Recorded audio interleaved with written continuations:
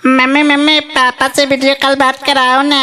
अरे ना ना ना, तार पापा अभी ऑफिस में हुई हैं। मम्मी कराओ ना प्लीज प्लीज मम्मी कराओ ना। अच्छा ठीक है, लगाव। हमरा तो लगाव ही ना आवे, तू ही लगाव। जा रहा है मम्मी, घंटे जा रहा है ऑनलाइन है।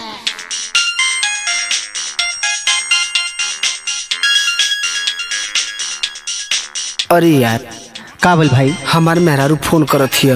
तो का भाई उठा के बतियाब। अरे यार वीडियो कॉल ना करत हिय।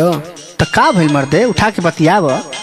अरे यार कैसे उठाई, काहे का भाई, कौन दिक्कत बा का? अरे यार हमरा गांव में पूरा हल्ला बा कि हम ऑफिस में काम करीला दुबई में और 1 लाख रुपया महीना कमाईला।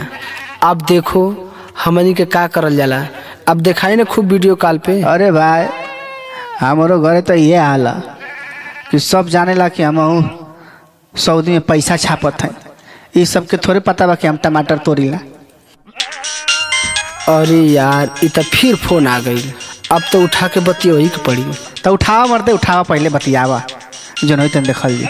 हेलो हाँ का हो? का जी कहाँ बने? अरे ऑफिस में रहनी है, अबे 12 आईनी है। बतावा हाल चाल कैसे बाले? अरे हाल चाल तो हमार ठीक है बा, आपन बताई। जी ऐसे कहा दुबरा गईनी जी, अभी तो 2 महीना भइल गईला। अरे ओवर ड्यूटी न करतानी। Over duty?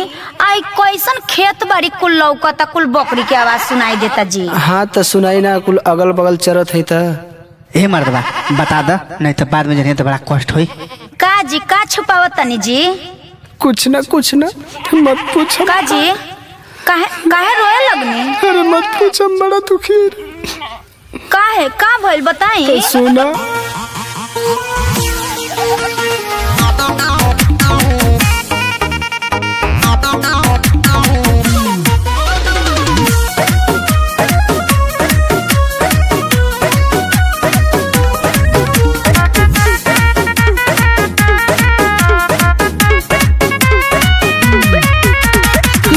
भिंडिया न तो सुखा गइल हो, पहले से और दोबारा गइल हो। काजी ऐसन काहे?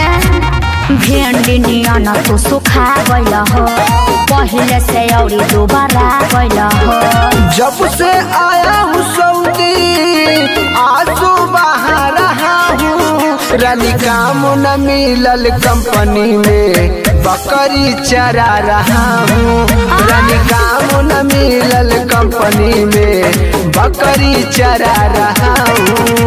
बताई उहे तुम सोचत तनी कि कैसे हुआ दुबरा गइनी, हई जाके गांव में बकरी चरावत तनी। अरे मोटा हो रनिया।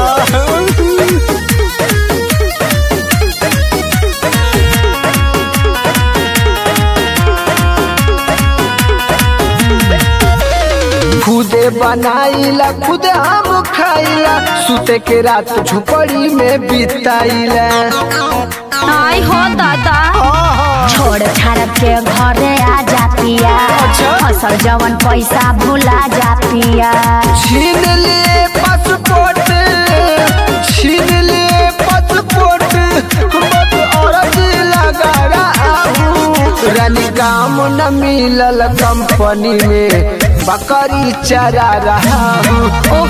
काम न मिलल कंपनी में बकरी चरा रहा हूँ।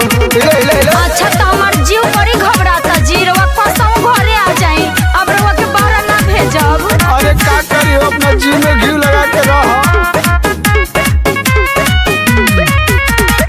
सोचल सपनावा होई न पूरा, लगता रह जाई सब कुछ अधूरा। अरे सब हो जाई जी, टेंशन मत। का होई?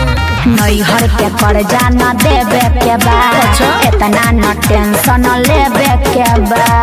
कहीं चिंता बराबा, कहीं चिंता बराबा, एक टाइम खड़ा हूँ। रानी काम न मिलल कंपनी में बकरी चरा रहा हूँ। रानी काम न मिलल कंपनी में बकरी चरा रहा हूँ।